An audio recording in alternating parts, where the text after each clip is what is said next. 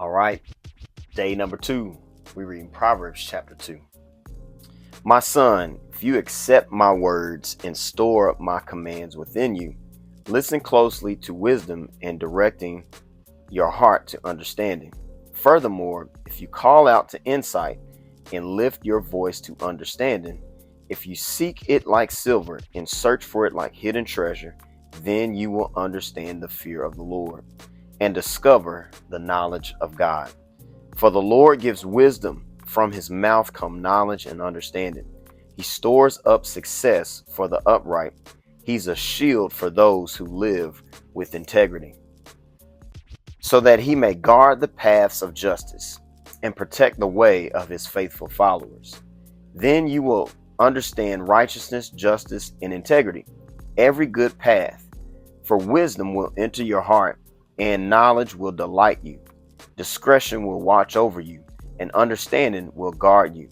It will rescue you from the way of evil, from anyone who says perverse things, from those who abandon the right paths, to walk in ways of darkness, from those who enjoy doing evil and celebrate perversion, whose paths are crooked and whose ways are devious. It will rescue you from a forbidden woman, from a wayward woman, with her flattering talk, who abandons the companion of her youth and forgets the covenant of her God. For her house sinks down to death, and her ways to the land of the departed spirits. None return who go to her, none reach the paths of life. So follow the way of good and keep to the paths of the righteous. For the upright will inhabit the land, and those of integrity will remain in it. But the wicked will be cut off from the land, and the treacherous ripped out of it. That concludes Proverbs chapter 2 in its entirety.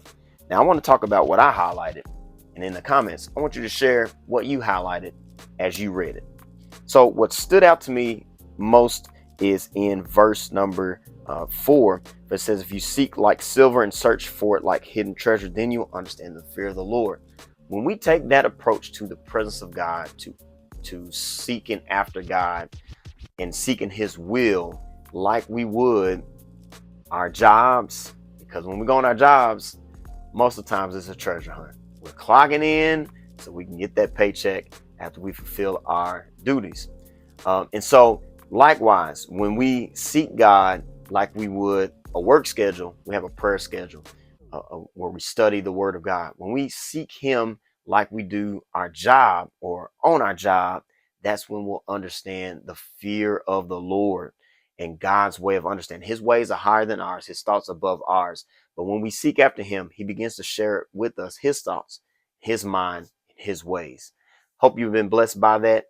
We'll pick up tomorrow on day number 3, and we're going to read Proverbs chapter 3. And make sure you like, share, and subscribe. Be blessed. Remember, feed your faith, starve your doubts.